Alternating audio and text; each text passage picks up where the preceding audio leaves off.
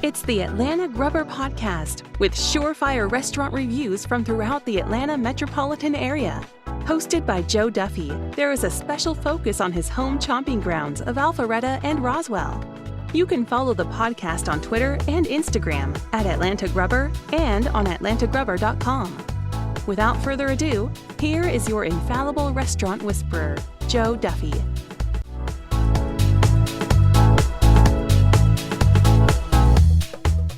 Here we are. It is episode 5 of the Atlanta Grubber Restaurant Podcast. We are brought to you in no small part due to OffshoreInsiders.com for the best sports picks and vetted sports books. It's OffshoreInsiders.com. In honor of Black History Month, I'm going to focus on some of my favorite Black-owned restaurants, and there are quite a few out there. Now, of course, my policy is obviously I'm only going to recommend restaurants I've been to, so although a large percentage of these are in my stomping grounds of Alpha Rise Creek, we got a couple that are ITP, and arguably my favorite is inside the perimeter, although started outside the perimeter. Big Dave's Cheesesteaks at 57th Forsyth Street, Northwest Atlanta, and just opened up his second location at 6035 Peachtree Road in Doraville. Now, you might argue that he kind of reopened his first location. However you want to say it, he's got 2 locations that are currently open. The original location, he literally grew out of it. In fact, I started going there when the place was known as Dave's Phillies and Water Ice, next to a gas station at Tilly Mill and Peeler Roads. Look, I'm going to flat out tell you, I know it's kind of nerdy, but for me, part of the fun of being a restaurant nerd is saying I was eating here before the rest of the world was, and I was. I was going there when Derek Hayes, the owner, had only 1 employee. By the way, the name comes from his father, Big Dave, his dad, who unfortunately passed away at a very young age. But like I said, when I first started going there, it was just Derek and 1 employee. Never had to wait in line, and so, yeah, I was very early on this bandwagon. In fact, I know a lot of you might say that Brad Kaplan of Creative Loafing put it on the map. Why don't you ask Brad where he heard this from? And then shortly thereafter, I did have them on Scoop OTP for my best OTP sandwiches, the cheesesteaks. He eventually did change the name to Big Dave's, which was really a good move for a couple of reasons. First of all, Derek is the first guy from the Delaware Valley who would ever call a cheesesteak a Philly. Still the same place, but one other pretty important reason for the name change. Grammar Girl here. I'm Mignon Fogarty. Not to mention, he spelled Phillies in the possessive, not in plural. I mean, if you really want to call a cheesesteak a Philly, the plural would be like the baseball team, the Phillies. But anyway, the bottom line is this is the best cheesesteak in Atlanta history. I've been here since 1988. There have only been a few that are even in the same league. Currently, yeah, Fred's, who we did feature in episode 1, is number 2 right now. And in the past, Stacy's and Alpharetta, although it's now Johns Creek. But anyway, the owner there was from West Chester, Pennsylvania. He put out a very good legitimate cheesesteak, Chase's, which is also going, unfortunately. He said his Philly grandmother taught him. I know some people swear by Woody's and Mad Italian. Mad Italian in particular, very good, but there is no question that this cheesesteak from the West Philadelphia native is the best. Yo, Adrian! Adrian! That would be South Philly. I said West Philadelphia. In West Philadelphia, born and raised. The tipping point for Derek and Big Dave's was once Derek upgraded to grass-fed beef. I think that's really the point where he leapfrogged Fred's and was clearly the number 1 cheesesteak in the Atlanta area. I also like the cheesesteak egg rolls, kind of self-explanatory. He does both cheesesteak and chicken cheesesteaks. One of these days I'm going to have to try his newest entrant where he does a salmon cheesesteak. I can't say I've ever seen that on a menu in the Delaware Valley, but I will definitely give it a shot. Do not sleep on these wings. They're probably one of my top 5. Daniel Burrapavong, who is the most prolific Atlanta Yelper ever, said they are his number 1 favorite. Now, I'm not going to ever argue with Daniel. There aren't a lot of people out there who eat out more often than I do, but Daniel does, and Daniel's somebody whose opinion should be taken very seriously. Whether or not I agree with them 100% that they're my number one wings, Chase's, the place that I just mentioned, they closed, unfortunately. They were my number one, but Chase came from Clay's, which at this point would be my number one. But anyway, bottom line is Big Dave's wings are probably in the top 5. And I'm ashamed to say this. I love water ice, or if you're from the Philadelphia area, water ice. I still haven't had the water ice at Big Dave's. Next trip, clearly going to have to rectify that situation. Now, originally when I talked to Derek, he had plans to move across the street from his original location and add hoagies to the menu, which would have been tremendous. But look, the guy has lines out the door, so there's not really any need to complicate things right now and add hoagies to the menu, but who knows what the future holds. Bottom line is, best cheesesteak in the history of this city, some of the best wings as well, and I'd better try that water ice next trip. Now to sound bites with news, notes, and quick hitters on Atlanta area restaurants. And on the Quick Hitters segment, we will continue talking about some of my favorite Black-owned restaurants for Black History Month. We're going to hit Roswell, Peachtree Corners, Norcross, Johns Creek, Lawrenceville, back to Atlanta, and a tremendous food truck. Favors and Flavors, although it's really on Highway 9, technically it's at 11775 North Fall Lane in Alpharetta.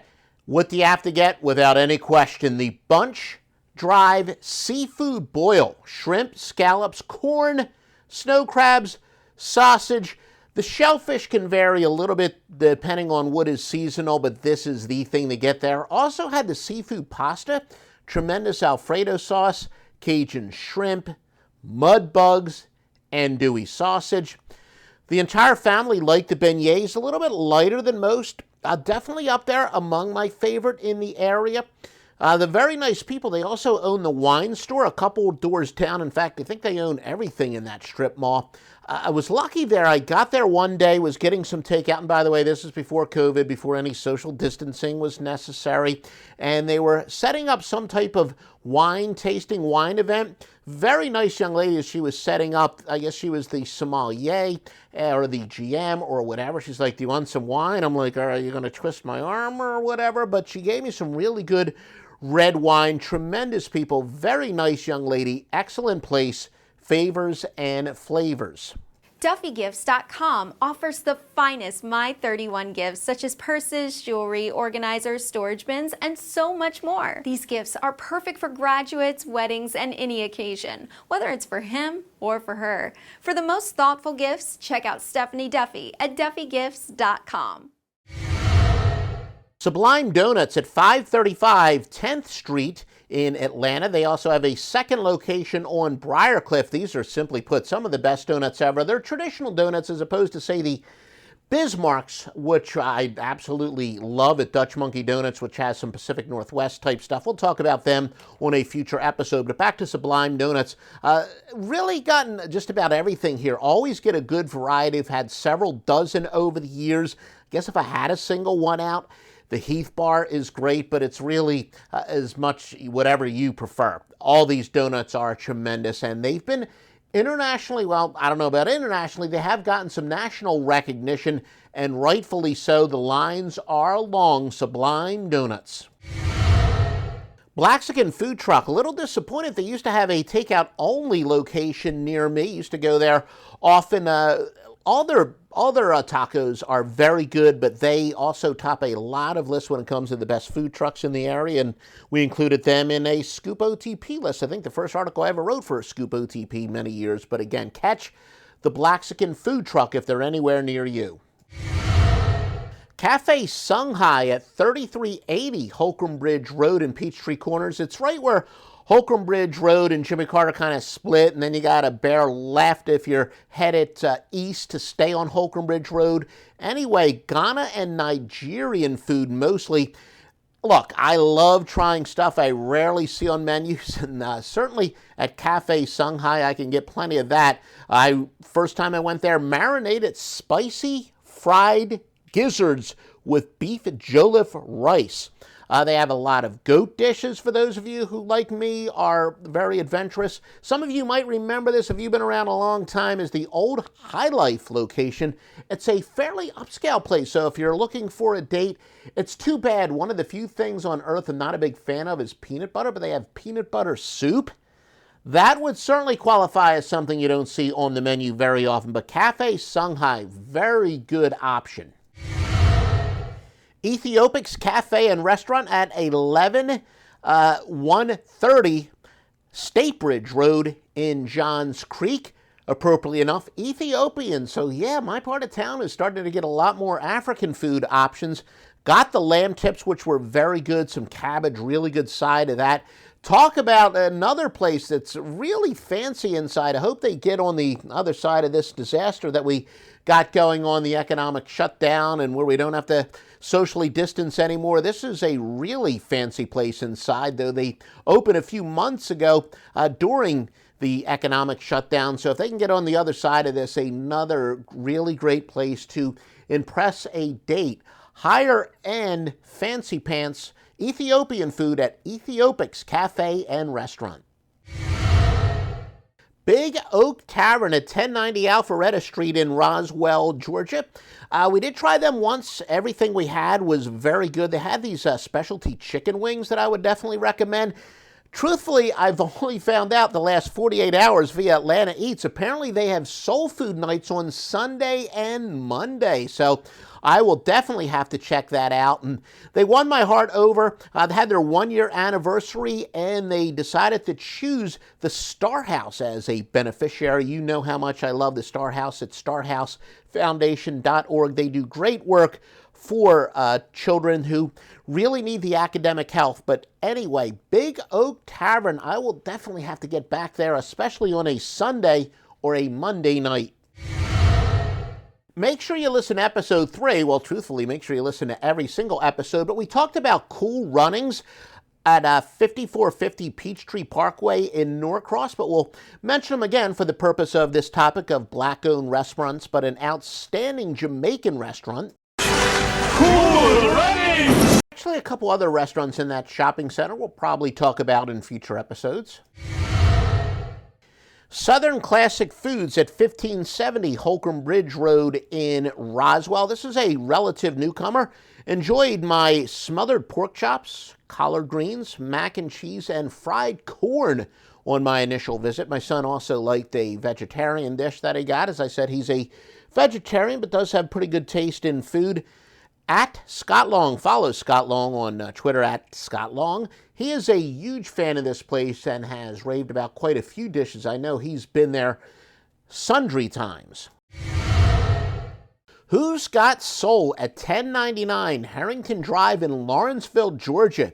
I used to live near there when they opened up, maybe 6 months, maybe 9 months, roughly a year before I moved, and that was like 18 years ago, and they are still around. Now, disclaimer, the truth is I haven't been there since I moved. Like I said, it's been about 18 years, but I went at least 6, 10, maybe a dozen times when they did open up. Tremendous fried yardbird. Yeah, I was always comparing everything to Deacon Burton's because when I worked in Midtown, we used to drive down to the Great Deacon Burton's way back in the day. Now, nobody is going to be as good as the Great Deacon, but really loved Who's Got Soul. Have to be honest with you, not even certain if it's the same ownership, but if it's the same quality, they definitely got my recommendation. You know what? Maybe I need to make my first appearance there in about 18 years, but the place was definitely excellent. Now, I do want to make it perfectly clear, all the preceding restaurants that were mentioned are all black-owned. We still got more on this episode, but they're not necessarily black-owned places. But every place that we had mentioned up until this point is a black-owned restaurant. Congratulations to Talk of the Town Catering, which has added Hope Noodleman, the absolute best in the business, bar none, as one of their catering salespeople. Reach her at 770-594-1567. Make sure you ask for Hope. She is the best. We've dealt with her for years. Came from the Ritz-Carlton, couple other places. You can also reach her at Hope at TOTTATL.com. That's Hope at TOTTATL.com, as in Talk of the Town, Atlanta, the best in the business. Make sure you visit atlantagrubber.com. I'll put that contact information in the show notes. And like I said, although the segment for Black-owned restaurants has concluded, we got a lot of other tremendous restaurants to talk about.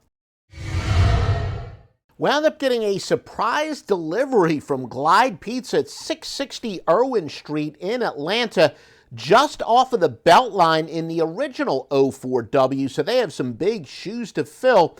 By the way, listen to episode 3 for a complete review of 04W Pizza, which is now located in Duluth.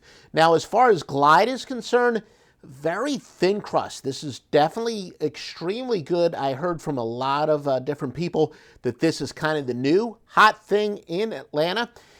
Interestingly enough, it's served with Pizza Ranch. Now, when I first moved to Atlanta, 1988, there was this young girl from Mississippi. In fact, she was a cheerleader at Southern Miss, and she says to us, "Why don't pizzerias around here serve their pizza with ranch dressing?" I'm like, what? In fact, I think everybody in our small office was saying, what the actual bleep are you talking about? She was saying, look, every single pizza place in Mississippi, including in chains, they will serve with Pizza Ranch on the side. Then I did some Googling. Apparently, this is also pretty popular in the Midwest. The ranch dressing is homemade. Definitely intend on getting back to the Beltline. The Duffy family loves the Beltline. As soon as Tony Fauci allows us back on the Beltline again, we plan on eating Glide Pizza straight out of the oven. Very good, and I can see why this is kind of all the rage in Atlanta right now. But once word spreads that Atlanta Grubber gives them the thumbs up, you're going to have to be able to beat the crowd. It's just a matter of time before people start saying, I learned to finish my work quickly. I had to finish quickly to get in line at Glide by 5. Glide Pizza just off of the Beltline and not too far from the Krog Street Market. Coming up, a place that just keeps on keeping on with a signature item. We're brought to you in no small part by Duffy Scents, S-C-E-N-T-S. Yes, my wife is an authorized Scentsy dealer, and I love these things for my office. In fact, my wife's actually told me, stop being obsessed with these things. You don't need to have them in every room in the house because the wonderful scent definitely does carry. We got a pretty large house, and I have one in my bathroom, one in my corner office, and you can smell it all downstairs. And they have seasonal scents, which in some respects has me upset because I fell in love with this breakfast in bed, which is apparently a fall-winter one, but really smells like a Vermont breakfast, a syrupy smell. However, in season, at least as we file this, all the citrus ones are great. I promise you, you're going to love it. Please visit Duffy Scents, S-C-E-N-T-S, DuffyScents.com. Athens Greek Restaurant at 10753 Alpharetta Highway in Roswell. Do not confuse this with other restaurants around town with Athens in the name. This is a single standing restaurant. And look, when I first moved to this part of town about 18 years ago, we truly were Bloomin' Onion Acres. We were nothing but crappy chains, but Athens was a rare case where you can get really good food.